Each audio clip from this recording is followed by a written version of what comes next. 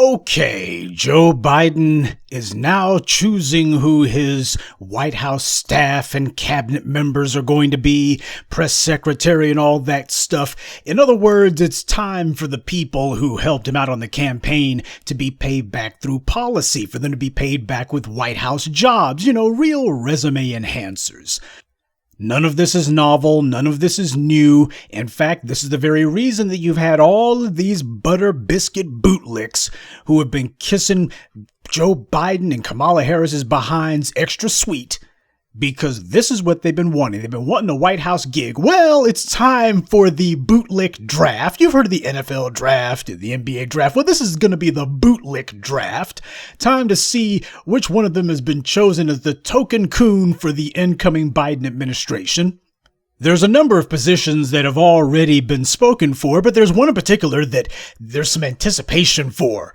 It's who's going to be the White House press secretary, because there's basically been a horse race, in the case of Simone Sanders looking more like a bull race, between Simone Sanders and Karine Stud-Pierre, and these two black women who have been lying for Joe Biden to beat the band.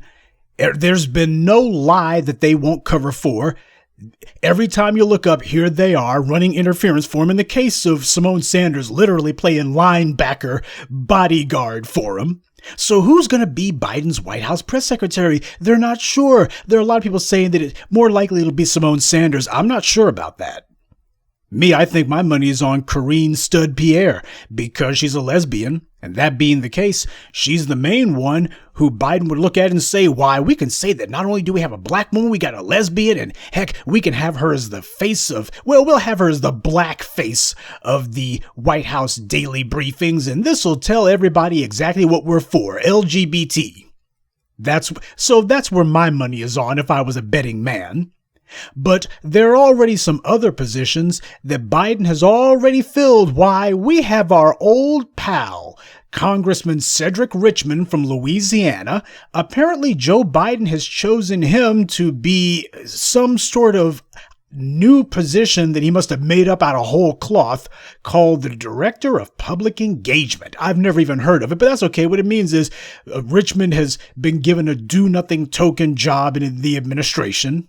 And it is no accident at all that Congressman Richmond has been the first person who Joe Biden has announced is going to be part of the administration, because just a couple of weeks ago, Cedric Richmond was attacking Ice Cube and telling Ice Cube, you need to back off. You need to hold off on making any demands till after the election. Why are you putting all this pressure on Biden? Why are you trying to demand something before you promise to vote? Joe Biden should get your vote without any promises. You, on the other hand, you shouldn't need any promises for your vote. So Simone Sanders ain't the only one playing linebacker to defend Joe Biden. Cedric Richmond was doing it too. And when Ice Cube called him out on it, Richmond lied and said, I don't know anything about it. Don't know anything about it. I don't know what he's talking about. But you didn't have to wait this long to see what a scumbag Cedric Richmond is. We've been telling you about him for the longest time. This guy's been out here on Twitter. He's up here caping for the immigrants, especially Vietnamese immigrants, every chance he gets. Meanwhile, you got some of those Vietnamese immigrants like New Orleans City Councilwoman Cindy Gwynn. She's sitting here talking grimy about black people, saying, oh, we don't need a Raising Cane's down here. My constituents say these black people, they like those greasy fried chicken joints instead. They like greasy fried chicken or whatever. Look, these businesses wouldn't survive. A Raising Cane's wouldn't survive. These people like fried chicken instead. This woman ain't done a damn thing for black people. She's in a predominantly black district, and this is who black people vote for, or rather, this is who they make excuses for allowing to be their representative. And what did Cedric Richmond say when Cindy Gwynn said this garbage? Did he come out against her? Of course not, because that ain't his job. His job is to come out against black people when black people make demands. That's Cedric Richmond's job. His job is to say that we need more immigrants, especially these Vietnamese immigrants, like Cindy Gwynn, so we can have more racism against black people. He's not sitting here saying, well, some of these Vietnamese immigrants have been very racist toward my constituents. And that being the case, I got to have my druthers about this. I got to kind of scratch my head about how smart this is. We probably need to pump our brakes on this. No, he's not saying nothing. He's not repudiating anybody except for black people who repudiate black people all day long. No repudiations for anyone else. This is who Cedric Richmond is. Small wonder the white media was singing his praises and calling him a rising star in the Democratic Party. Yeah, you get out there and make it very clear, I'll go to the mat in order to attack black people, and I'll go to the mat to protect anyone who attacks black people. And the white media goes, you've got star potential, buddy. So what's happened is this is the first guy who Joe Biden announces is going to be having a permanent office, well, however long this token gig lasts, at the White House. That's no accident. Choosing Cedric Richmond and making him the first person who gets named publicly, this is Joe Biden sending a clear message to the black grassroots. He's rewarding the people who have run interference for him and told us, y'all shouldn't be putting any pressure on Biden. Stop demanding anything. Yeah, if you get out there and say, we're not going to require anything of Joe Biden, why? They'll go ahead and see if they can break you off a couple of butter biscuit crumbs. And so Cedric Richmond has been the first to be told the mass is going to give him a pat on the head with a patronage job, which is the reason that he did it. That's what he wanted. But there were some other people who also wanted this. Why, no less than nigga Jim Clyburn, the influential congressman. Notice how the white media keeps calling him that.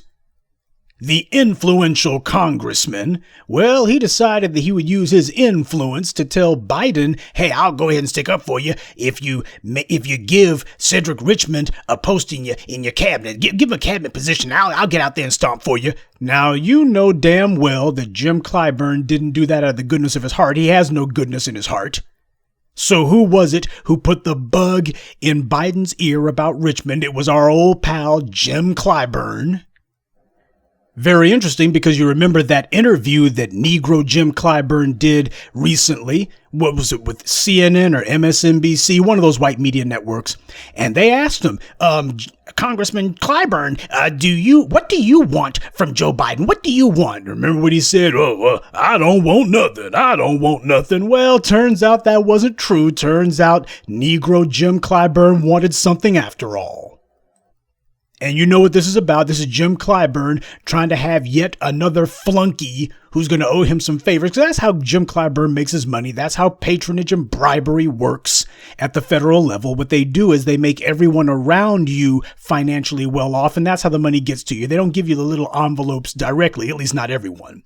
But this is what Jim Clyburn's up to. He's making sure that he has people who owe him favors, and the favors will be paid back in federal currency. But in case you didn't know, Cedric Richmond, in addition to being Joe Biden's favorite bootlick, he's also currently the chairman of the Congressional Black Caucus Foundation. But more importantly, Richmond is also a member of the New Democrat Coalition. New Democrat Coalition. I'm having to scratch my head. When's the last time I've heard of New Democrats? Oh yeah, that's Bill Clinton. Bill Clinton was one of them New Democrats. Well, apparently now, like a cancer, these clowns have metastasized. And in case you didn't know who the New Democrat Coalition is, on their website, they describe themselves, well, what they are is a bunch of centrists. Centrist meaning right of center, undercover right-wingers is what that means. And in case you doubt that, look at the mission statement from their website. They are committed to pro-economic growth, fiscally responsible policies. That means all the working class people, especially black folks, you have to learn to tighten your belts. When the government takes all that tax money, you have to learn to do without government services that your taxpayers' money goes for. And all that money goes straight to the top, to the 1%. That's what fiscally responsible means. It means the working class, the people who actually carry the country on their backs, they get nothing. Meanwhile, the 1% who the NDC are the stalking horses for, all the tax money goes to them. That's fiscal responsibility. Pro-economic growth, fiscally responsible policies, that's right-winger talk. Notice how these New Democrats don't have any left-winger talk. Instead, it's all right-wing jargon. And New Democrats are a solutions-oriented coalition seeking to bridge the gap between left and right. bridge the gap between left and right? That's very interesting that they would say that. I thought the Democrats supposed to be on the left. Aren't they supposed to be trying to pull the right to their side? Not bridge the gap? I mean, after all, if you feel that your position is right and that your position is justified and valid, then common sense says that any movement away from your position is by definition wrong. Oh, but not these guys. And we understand that under white supremacy, if left is supposed to, at least on paper, mean that you are at least on paper sympathetic towards black people, then right, of course, means wrong. So what they're really saying is, we are dedicated to taking steps away from anything that seems sympathetic towards black people and toward whatever is going to be hardcore in white supremacy's interests. And also, they're going to be challenging outmoded partisan approaches to governing. Yeah, anybody who says I'm digging in my heels and making sure the black people get what they're supposed to have, well, the new Democratic coalition, they're not going to be about all that. This is that same crap that Bill Clinton and Barack Obama was about. Bill Clinton was the one who popularized that I'm a new Democrat. What's new Democrat mean? Lock them niggers up. 94 crime bill. We're going to be cutting welfare. Well, we're going to be cutting it for black people. We're going to be cutting all services for them. I'm a new Democrat. Well, the new Democrat sounds like an old Republican. And now there's a whole gang of these scumbags. And this is who Cedric Richmond is part of. This is who he pals around with. This is the club who soon-to-be director of public engagement Cedric Richmond is a member of. This is the club that he's a member of. The New Democratic Coalition. But by the way, he's not the only one. Certainly not when it comes to the Congressional Bootlick Caucus. Why, you have Val Demings from Florida. You remember Val Demings, don't you? This woman's a congresswoman, and when she was police chief for the Orlando Police Department, she was covering for one act of violence and murder against the public after the next. That's who Val Demings is, and her husband's a former police chief, too. So you got a dyed-in-the-wool member of the Thugs in Blue. This is who constitutes the New Democrat Coalition. Oh, and let's not forget about Lucy McBath. Her son was Jordan Russell Davis, murdered by a white supremacist. But you don't hear Lucy McBath talking too much about that. See, as far as she was concerned, she was going to use her son's casket as nothing more than a stepping stone to a life of privilege and wealth for herself. So that's Lucy McBath. See, these are the individuals that you find in the New Democrat Coalition, and they're not the only ones. You lift up a few stones, and along with the slugs and grubs and other vermin, you find some of the immigrant caucus members, like Stephen Horsford. I told you about him in the Congressional Immigrant Black Caucus video that I did on this channel. Anthony Brown, there's another one of the immigrant caucus. This is who the New Democrat Coalition calls their black membership. So you got a whole bunch of bootlicks, turncoats, traitors, and vermin. Well, seems Cedric Richmond's in good company, or at least light company at the very least. This is who Joe Biden just announced as basically the first public announcement of who he's putting in his cabinet. He wants to make it very clear, yep, all these people out here bootlicking for me, at least some of them are going to get something. See, for them, that's what they're in it for. Tangibles for the group, all to hell with the group. This is all about something tangible for themselves. Yet another hopefully larger government paycheck. But while the bootlicks and sellouts and the suck-ups who have been kissing Joe Biden and Kamala Harris's behinds have been popping champagne corks because at least they have a hope, some of them will have a hope for gainful employment, because God knows they haven't cultivated any other skills other than lying for some white person in a political office. There are a lot of other people who backed Biden and Kamala Harris who are having buyer's remorse. I told you about that with the Sunday evening address. There's a whole lot of these folks, some of these activists, and some of these folks saying, we trying to get Biden in there because he gonna be better than Trump. He gonna be different. Well, we got to be realistic now. We gotta wait till after they get elected, and then, they've learned, Biden gonna be scared. He gonna be scared of black folks' discontent, and because of that, he gonna listen. He gonna do what we say this time because he know we mean business. Some of those fools who are doing that mess, well, they're having buyer's remorse today. They're learning that as we tried to tell them, you've already gone for the con game. Once he's got your vote, Once he's already gotten you sitting on your hands and going, I'm going to wait to see what this white man does. I'm not going to put any pressure on him. I'm just going to wait and see if he does something out of the goodness of his heart.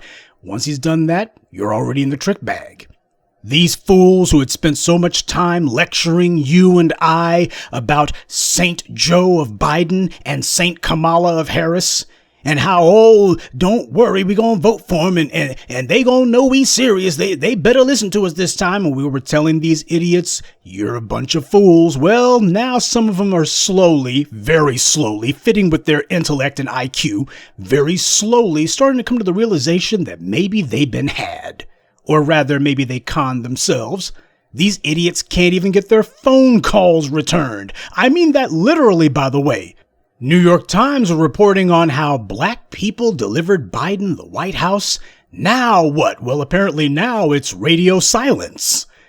According to the New York Times, you have activists with the Movement for Black Lives Coalition who said on Tuesday that they sent a letter to Mr. Biden asking to have a role in the transition, but that they have not heard back. Oh yeah, Biden's changed his address. All them letters you getting, man, them things go to the freaking dead letter office. Oh, imagine that. You voted for the guy, you didn't demand anything. You didn't let him know, nah, you're going to make some concrete pledges, and we're not pushing your agenda. You got to push ours, and you got to say it publicly. You got to be our sock puppet before we move even one toe for you. No, we're just going to vote first and hope that he'll do right by us later. And now here they are. The guy's already got the White House, and they cannot get the guy to return their emails. They can't get any sort of response from him. We've been reaching out to him, but he hasn't been responding. I don't know why. A little bit later in the piece, they talk about a man named Mr. Woolfolk, and he described himself as a centrist who was not voting necessarily in favor of Biden, but instead was voting against Trump.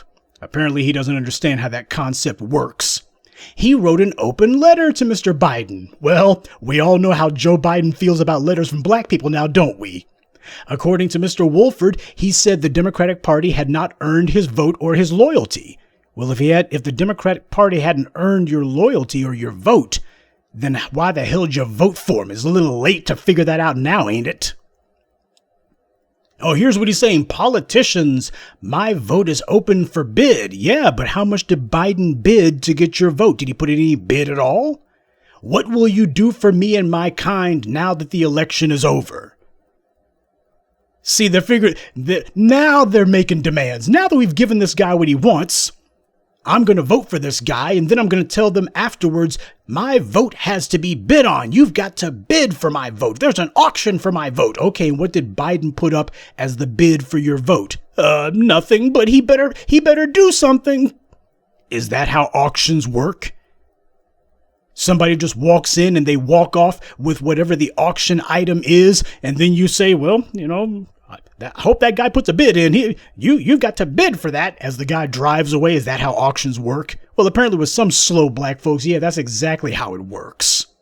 Oh, and by the way, the folks over at Movement for Black Lives Coalition and the good Mr. Woolfolk, they're not the only Negroes who are just now figuring out how stupid they were.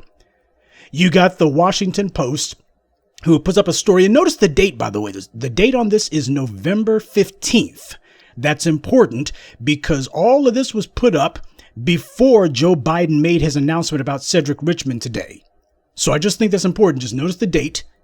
Kamala Harris's allies wonder anxiously, will she have real clout? Now, from the headline, you might be looking and thinking, yeah, you got some Harris allies who are wondering if she's going to have real clout. Yeah, because what she's going to do for black folks, right? Hell no. When you read the article, you find out, no, this is just basically a bunch of bootlicks and boule and links and a whole bunch of these would-be black sorority and fraternity types who are trying to figure out whether or not Harris will be able to do anything for them. That's what this article is actually about. The rank and file black person will look at the headline and think it's about us, but it ain't. I mean, when you read the freaking thing, they don't even make any bones about that. Now, according to the Washington Post article here, it says they're talking about black activists. They use that word, they throw that phrase around very loosely. Black activist worries are underlined by the ongoing uncertainty over what exactly Harris's portfolio will be in the Biden administration and how much freedom she will have to chart her own course on issues like racial justice and immigration. Kamala Harris is damn near 60. She has spent the better part of the last 3 decades locking black people up, and she's lied every day about it.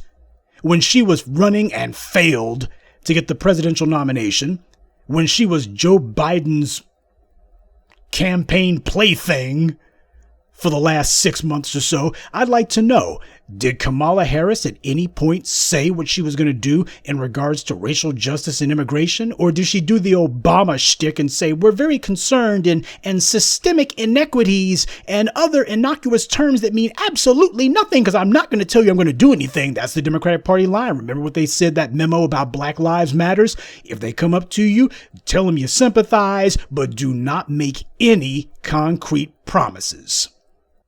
Is she going to have freedom to chart her own course? Well, hell, I've seen what the hell her course has been that she's been charting for the last 2.5 decades.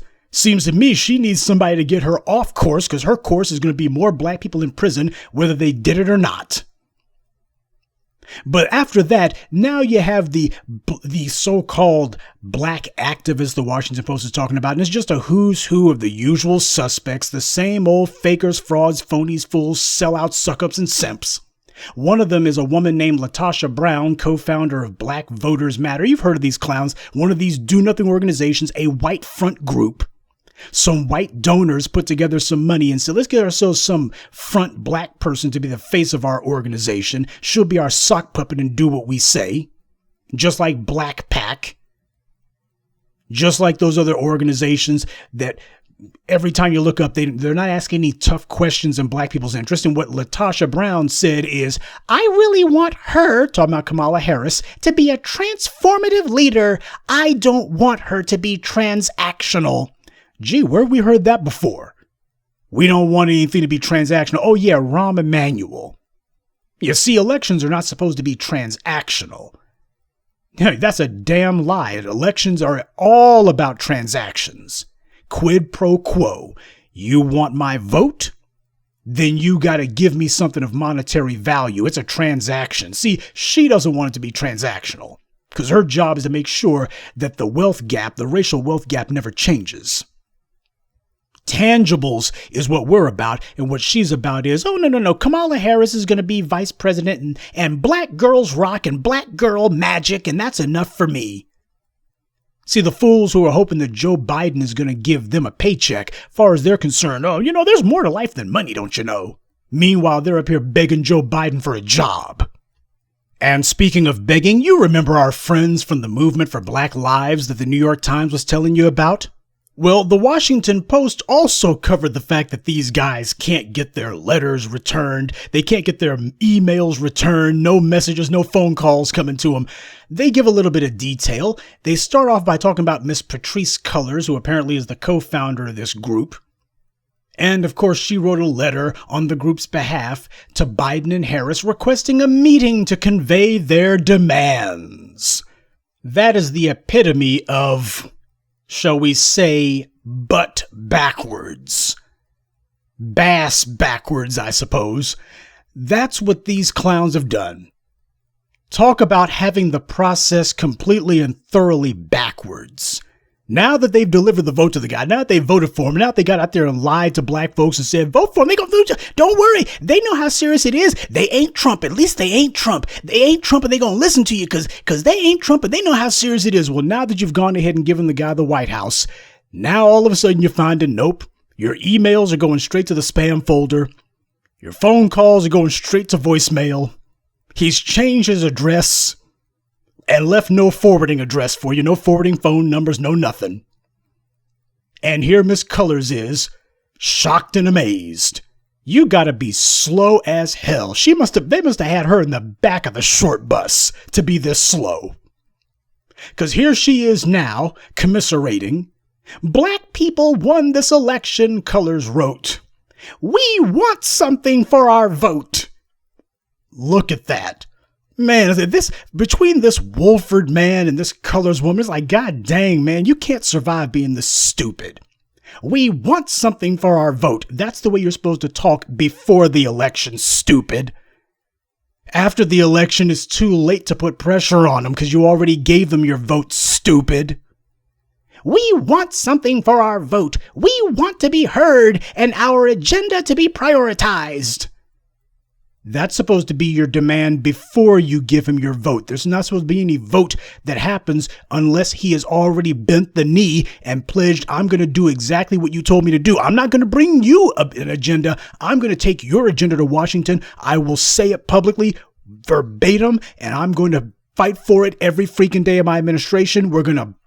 We are going to do everything that we can do, twist every arm, bend every ear. We are going to be running one filibuster after the next until this is law. But that didn't happen. Oh, no. These black activists who are nothing more than Democrat operatives, they've already given the vote. And now here they are. Talk about trying to close the barn door after the horses have already left. We want something for our vote. Now, the Washington Post, keep in mind, this is the paper of record inside the Beltway, so this is elite white opinion speaking here. The Washington Post gives a direct refutation to that assertion that black people won the election. Look at what the Washington Post writes. Not everyone agrees. Some Democrats argue that while black voters were crucial to Biden's win, his ability to attract white centrists who often vote Republican was equally important. Gee. Who's been saying for the last few months now that the Democrats, as soon as they won office, they were immediately going to start saying, well, you niggers weren't the ones who got us the White House, It was actually our non-black coalition, the Latinos, and it was these white moderates, casual racists. These were the ones who got us the White House, You guys, we gave you credit, we gave you a pat on the head, but it was more than just you, don't you know? And what was going to happen after that? They want me to tell you, hey, you niggers are getting a little bit too mouthy with that. We gave you the White House. We won you the election. What, you think we owe you something? Is that what you're trying to say? You think we owe you something? That's what they're saying. Oh, but these black activists and some of these non-thinking rank and file types who apparently can't be bothered to actually consider a decision before taking up a course of action. Here they were making every excuse under the book to go ahead and vote for Biden. Now they voted for him and they're immediately having buyer's remorse. Was a little bit late now, don't you think? And of course, the Washington Post notes the same thing the New York Times did. Cullors said she has not received a response to her letter. I'm simply shocked. And she goes on to whine, the fact that we have to ask for a seat at the table after the way we showed up shows that Democrats have a lot of work to do when it comes to rewarding and listening to the black folks that made this victory possible. Now that's just dumb on top of dumb on top of dumb. The fact we have to ask for a seat at the table. First of all, power is not given, it's taken. You do not ask for a seat at the table. You make it very clear. I'm going to take a seat at the table, or damn it, there ain't going to be a table. After the way we showed up. Yeah, if only you had demanded something and gotten a solid pledge, a direct, specific pledge for black people before you showed up. And even then, she sugarcoats it. That's how you know that this woman, just like the rest of them, she's looking for a job. She's reaching out to Biden looking for a job. Come on, you got to put in the word with the DNC. Get me some sort of staffing position, a consultant's job, a consultant's gig. I want a token job too. That's what's happening. All these dumb Negroes who are out here caping for the Democrats, now they're trying to all jockey for position and see who can get Biden to give them a government job or get the DNC to break them off a check. Because that's what this is about. For them anyway. That's why she sits here and says, Democrats have a lot of work to do when it comes to rewarding and listening to the black folks that made this victory possible. Now she's talking about herself. Democrats have a lot of work to do, really? Oh, that's as strongly. They've got a lot of work to do. Well, it seems to me that they're failing completely. That ain't a lot of work to do. That is, they haven't done a damn thing. When it comes to rewarding and listening to the black folks that made this victory possible. Yeah, Miss Cullors, that's supposed to be you, ain't it? Because you ain't talking about the group. She's talking about herself in this case. Where's my reward? After all the effort I put out for you and now you just leave me out in the cold. She sounds like a goddamn hood rat.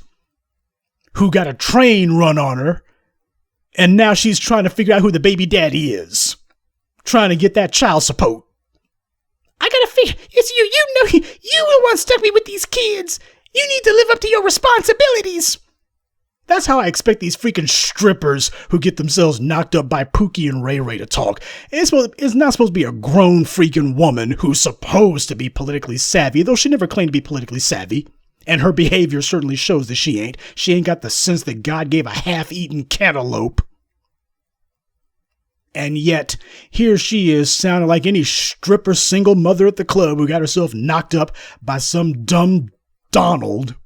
She's sitting here boo-hooing and singing the blues. It's a shame I have to ask for a seat at the table. You've got a lot of work to do. You have no gratitude. Oh, give me a break. This is supposed to be the black activist, right? See, the white media loves this. They love tools that they can just use, abuse, and then throw away. They love that kind of mess. But when you read later on in the Washington Post story, you find out that there are some black supporters for Biden and Harris who have not been thrown away. Why, here we are at our old friend Cedric Richmond again. See, many Democrats are also saying that Biden's diversity efforts should go far beyond Harris. Oh, they're going to talk about black folks' intangibles, right? Wrong.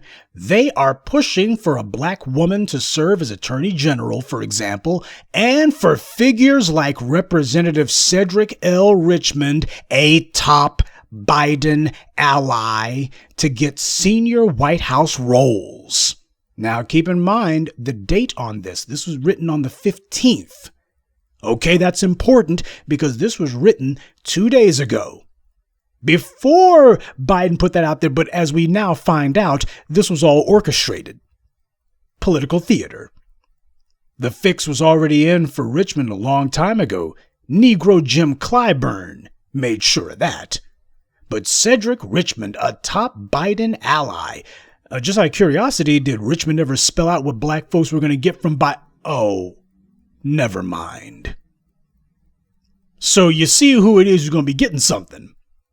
While all of these would-be activists, wannabe activists, they thought that they were cute because the white media gave them a little bit of, posted some story mentioning their name online. Oh, I'm on the inside now. I'm influential now. Wonder how influential they feel today. This is supposed to be what passes for black leaders. The white media loves these clowns because you can just push them around. They're nobodies and nothings. The piece goes on to say, still, civil rights leaders say Biden's aides have reached out to consult on potential appointees. Amy Allison, head of the organization She the People, said Harris has reached out to black women on social media. Now, I've been telling y'all about Amy Allison for a minute now. I've been telling you about She the People. And you notice of all the things that Amy Allison says, what she doesn't say is what she expects for Biden or Harris to do for black people, because Amy Allison's one of these mulattoes. And of course, I'm willing to bet without much effort at all, we would find that she's also of immigrant background. Allison says, I've never experienced that as a black woman in my lifetime, and I think anyone's lifetime. She's talking about basically representation. One of these empty liberal words that means absolutely nothing. Just one of those empty, vacuous, meaningless terms that white liberals love to kick around because they think it makes your heart go pitter-pat. You know where I'm from, if it don't make dollars, then it don't make sense. Keep your damn representation. To hell with the fame. I want the power. Allison also made sure to praise the work of 2 female black advisors to Biden's transition team. Just keep that in mind, because that's what she's about. She's nothing more than a wannabe white feminist. So as far as she's concerned, that's the team that she's repping. Whatever the white feminists want, Amy Allison will be their stalking horse for it. She'll be their crash dummy. But she ain't the only one. Why, Kamala Harris's sister Maya, who co-chaired her presidential campaign and served as a policy advisor to Hillary Clinton's presidential effort, Kamala Harris's sister has deep ties in black activist circles. When Harris was running for president, Maya often served as an emissary to activists, concerned that Harris's background as a prosecutor meant she would not support needed reforms to the criminal justice system. Well, ain't that interesting? See, these are the people who are on the inside track to go ahead and get themselves a job from Joe Biden. These are the people who are pushing for him because these are the ones who are actually going to get caked off. As one of the thought leaders for the black media, one of the main things that I try to do is I try to keep my people as well informed into the future as I possibly can. Because a media that is not able to give you forewarning is useless. When it became clear to me that Kamala Harris was being groomed and she was clearly being set up by the white media, they were already starting the process of attempting to burnish her laurels and to credentialize her, and they were going to get ready for her to be the next Barack Obama. When that became obvious to me, that's when I did the video, The Deadly Deception of Kamala Harris. Over 2 years ago, I was sounding the alarm about her when she first made it to Congress. I wanted it to be very clear to my people that Kamala Harris was a stalking horse for white supremacy. I didn't want to make it a situation where you don't know who the hell she is until she announces, hey, I'm running for president now. I was like, nah, as soon as I heard that she was running, I was like, no, the way the white media is talking about her is pretty obvious. They're trying to position her in the public mind, and I wanted to make sure that I defined her before the white media did. It was important that you knew about her. Same thing with Amy Allison. I want you to know who the hell these people are before they strike. You need to know who they are. So when you hear the name She the People, you're like, okay, that's some bull crap. When you hear all these organizations that you never heard of before, you can look and say, okay, that's clearly one of those white supremacist sock puppet organizations. They get some front Negro to be their crash dummy, to be their front person. And they think they're going to fool us, but they won't. This is what's going on here. So Joe Biden has not even made it to the White House, and he's already breaking promises to people. I mean, not that he made any promises. As the old saying goes, he made us no promises, and he kept his word. But the Negroes who thought to themselves it was cute to make excuses voting for this guy, they look just as stupid as we said they were. This kind of self-deception is intolerable. We told you what was required, the right way to vote. For the idiots out there who thought they sounded so smart, well, if you don't vote for nobody, you can't complain. They voted, and they're the main ones complaining. You see, the people who didn't vote have the right to complain. The people who did vote, they have no right to complain because this is what you wanted. You wanted this. You wanted Joe Biden. You wanted a man who you knew to be a lifelong racist, with a flunky Asian who's been carrying out a 25-plus year-long jihad against black people. You wanted this man who palled around with segregationists, who wrote the 94 crime bill, a man who you knew from experience to be a racist and a liar. A man who you had to tell lies about in order to justify the unjustifiable decision to vote for him. This is what you wanted. Too late to complain about it now. Nobody's going to hear you complaining about it. Nobody has any patience for it because we told you don't vote for this guy, don't vote for any of these clowns. Because now here you are, you voted for him, you got out there and ran interference for him, you made excuses for him, you called yourselves arguing with us about him. Now you got what you wanted and now you're complaining about it. Now you're unhappy about it. Now you're mad about it. You're sitting here with your lip poked out, complaining about the thing you wanted, the very thing you chose. There's no cure for stupid.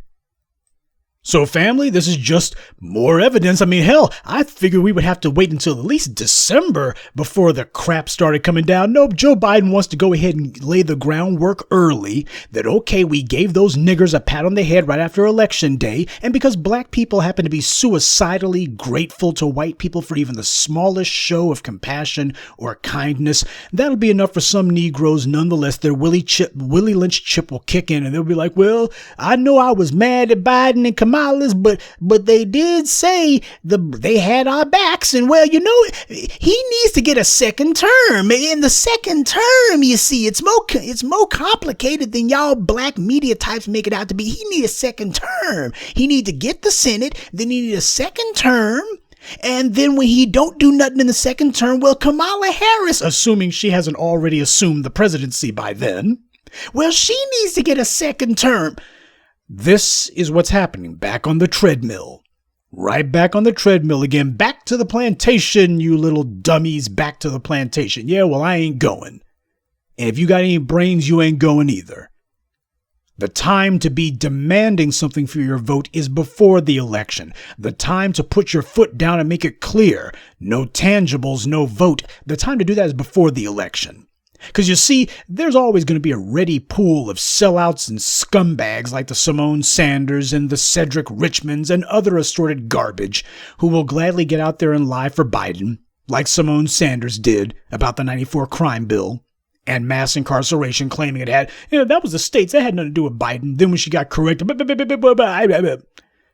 see, this is the reason why Roly-Poly Martin and others, I mean, he must be, well, I don't want to say green. In his case, I guess blue or chartreuse or whatever, with envy right now. Roly-Poly is seeing these bootlicks getting these jobs, especially Simone Sanders, assuming that she gets it. The fact that she's even being talked about to him, that makes him green with envy. He's sitting here going, that should have been me. After everything I done did, after all the mess, after all the bootlicking, I got up there and danced like an idiot for Miss Hilly. And look how they repay me. I was on Twitter with that video crying like a bitch when I saw all those people in line. I just knew they was going to give me a job if I got out there and debase myself, and I ain't got nothing to show for it. That ain't right. I'm going to become a Republican. That's right. I'm going to get me a job on Fox News. That's what Roly-Poly's thinking about right now, no doubt. But the thing is, this is where the Angela Rye's with lettuce and tomatoes on the side, this is where the Jamel Hills, the Jamila LaPukes, the Susan Rices. And by the way, as Brother Tariq pointed out, basically when you get past the Karen stage, you wind up at the Susan stage. So I think that Susan Rice is very aptly named. Her parents knew exactly what kind of reprobate she was going to turn into. Yet another argument for wearing a condom, I'm just saying. But this is what the bootlicks were after. You want to know why it is that these guys get out here just screaming and yelling to beat the band? Because they're trying to get the attention of the powers that be. I told you, this is how it works. You get out there and you sell the soap for these scumbags, and hopefully you can parlay that into a White House gig. Or at the very least, hopefully you can get the Democrats to feel that they got to give you a check or give you a consulting job or give you something. Give me something. Can you give me, I need some networking to go on here. Can you get me a job with somebody? Hey, can I carry someone's bag? Can I be a staffer? How about a governor? Is there a governor or a senator who needs a staffer or a spokesperson or something? Just give me something. Give me something. That's where these guys come from. So you have now seen a direct path between bootlicking and, for some of them at least, a White House gig. This is what it's about. This is what the bootlick does because they don't have any other marketable skills. The bootlick has no other skills at all. If the Simone Sanders and the Cedric Richmonds and the Susan Rices weren't out here lying for these white supremacists and being shameless, reprehensible apologists for these white supremacists, if they weren't out here bootlicking, then they'd be under a bridge somewhere with a tin cup and a sign that says, "We'll buck dance for food." Or in the case of Roly-Poly, "We'll buck dance for free," because that's what that idiot wound up doing. And it couldn't happen to a nicer moron. But the problem is the consequences for black people that go along with these bootlicks. See, we're in a struggle right now to reach a critical mass of our people, and we're approaching a tipping point. Now, we haven't gotten there yet, but you see how high the stakes are. Now, granted, the bad guys, they still have the ability to exercise influence. Let us not kid ourselves about that fact. That's a reality. Both of us are in a fight to see who can tip that critical mass. And what you see is this is not a game. It's not a victimless crime when you make excuses for voting for a man who ain't going to do a damn thing for you. Playing these asinine rhetorical games. Well, one of them gonna win, One of them got to win, Trying to do all these idiotic talking points that you got from the white media regurgitating that crap. or spewing some verbal vomit that you came up with yourself. Well, Joe Biden, he's seeing how angry black people are. He gonna do something for us because he gonna be scared of black discontent. Did he say he was scared of black discontent? What the hell did he say or do that directly said, I'm scared of black discontent? He didn't say a damn thing. You're playing a game with yourself, and it's a game that you're going to lose. But the consequences of losing are going to be anything but funny. It is not some victimless crime to make excuses for playing along with this electoral fraud. And the people who thought that they were so smart, smarter than the black media, oh, they're showing us all just how smart they are right now. As smart as a suitcase full of rocks.